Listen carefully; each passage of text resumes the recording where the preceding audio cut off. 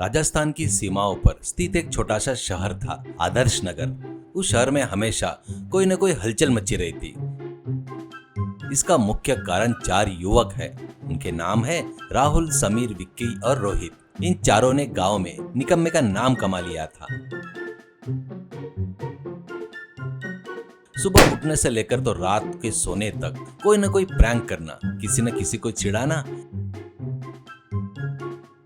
या गांव के ढाबे और होटल के पास घूमते हुए कोई न कोई खाने की चीजें चुरा कर भाग जाना इनकी रोज की आदत थी। इन्हें डर नाम की कोई चीज नहीं थी। ऊपर से वे अपनी चोरियों को कोई बहुत महान साहसिक कार्य मानते। राहुल गैंग का लीडर है। जब वो कोई प्लान बनाता है तो समीर उसे अंजाम देने के लिए जरूरी चीजें लेके आता है। विक्की हमेशा कोई न कोई व्यंग का मजाक करता रहता है और रोहित तो सिर्फ अपना पेट की भूख मिटाने के लिए इस गैंग में शामिल हुआ था। उन्हें गांव के किसी के भी प्रति कोई सम्मान नहीं है। राहुल का सिद्धांत था, मेहनत करने वाले के शरीर पर मांसपेशियां बनती है, लेकिन समझदारी से खाने वाले का पेट भरता है। इसलिए बिना कोई काम किए कहाँ मुफ्त में खाना मिलेगा, यही सोचकर वो आवारा घूमते थे। उसी गांव के एक पुराने बस स्टैंड के पास एक छोटे से ठेले पर समोसे बेचने वाला एक बूढ़ा आदमी रहता है। उसकी उम्र लगभग 70 साल होगी, लेकिन उसका उत्साह किसी 20 साल के युवक जैसा था। उसका असली नाम तो किसी को पता नहीं था, लेकिन सब उसे जय कहकर बुलाते। इसका कारण यह था कि वह अमिताभ बच्चन का बहुत बड़ा भक्त था। खासकर शोले फिल्म उसकी जान थी। जब वो फिल्म नई नई रिलीज हुई थी तो उसने थिएटर में उसे 100 से ज्यादा बार देखा था। उस फिल्म में अमिताभ बच्चन का किरदार का नाम जय होने के कारण उसने खुद को अमिताभ बच्चन की तरह बहादुर बताते हुए अपना नाम जय रख लिया था। वह हमेशा उसी फिल्म के डायलॉग बोलते हुए समोसे तलते रहता है। जय के ठेले पर रेडियो में हमेशा पुराने हिंदी गाने बजते रहते हैं। वह खौलते तेल में समोसे डालते हुए गाते रहता है, ये दोस्ती हम नहीं तोड़ेंगे।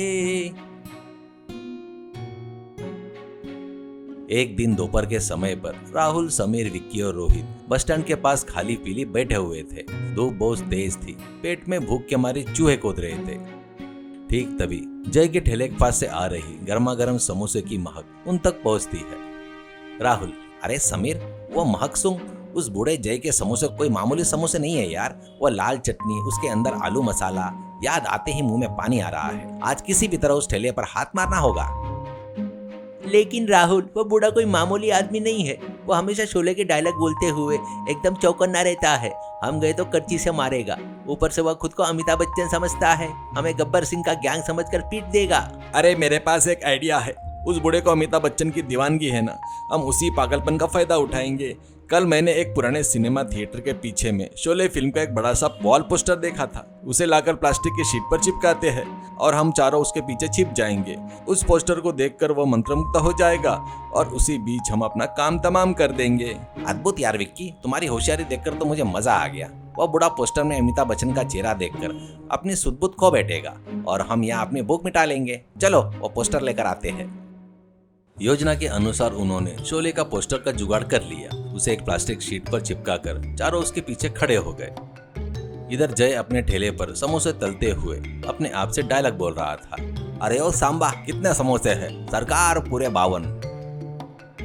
अचानक उसे कुछ दूर पर एक बड़ा सा शोले का पोस्टर हवा में तैरता हुआ दिखाई दिया। जय हैरान होकर अपना चश्मा ठीक किया। जय खुद से, अरे ये क्या? मेरी आंखों को शोले का पोस्टर दिखाई दे रहा है, वो भी हवा में तैरता हुआ आ रहा है। मेरे अमिताभ बच्चन और धर्मेंद्र कितने अच्छे लग रहे हैं। उस पोस्टर की क्वालिटी भी बहुत अच्छी है। वे नजरें देखो, वो एक्शन देखो, असली अमिताभ तो अमिताभ ही है।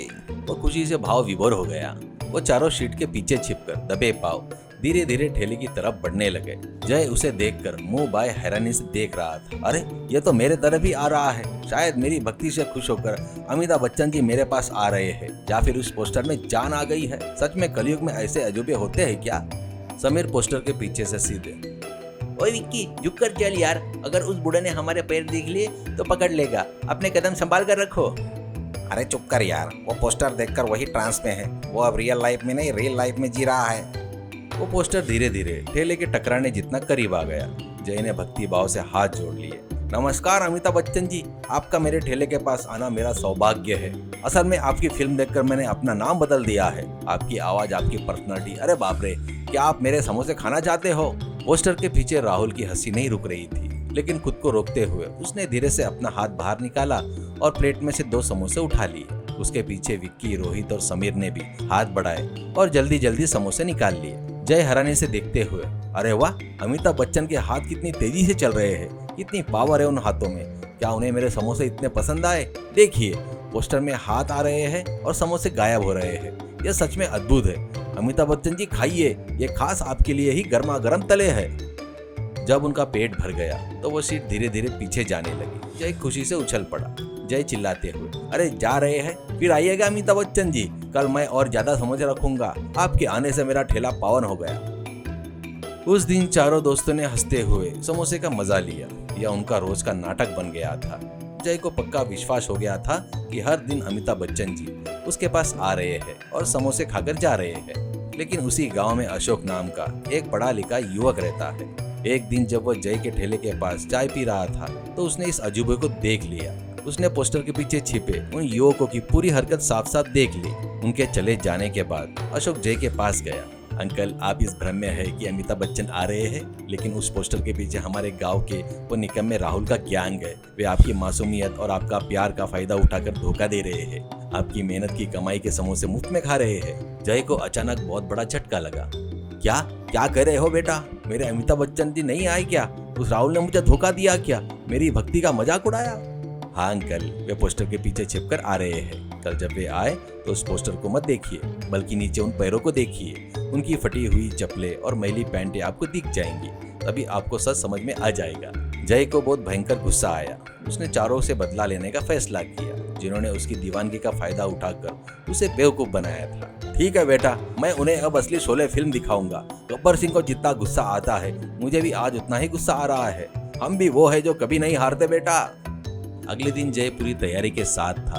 उसने अपने ठेले पर एक बड़ा डंडा छिपाकर रखा था। समोसे खूब गर्मा गर्म करके पतीली में रखा और बराबर 2 बज रहे थे। वो शोले का पोस्टर हवा में तैरते हुए आने लगा। तब जय मन में सोचता है, अरे आओ रे आओ, अब तुम लोगों को क्लाइमेक्स दिखाऊंगा।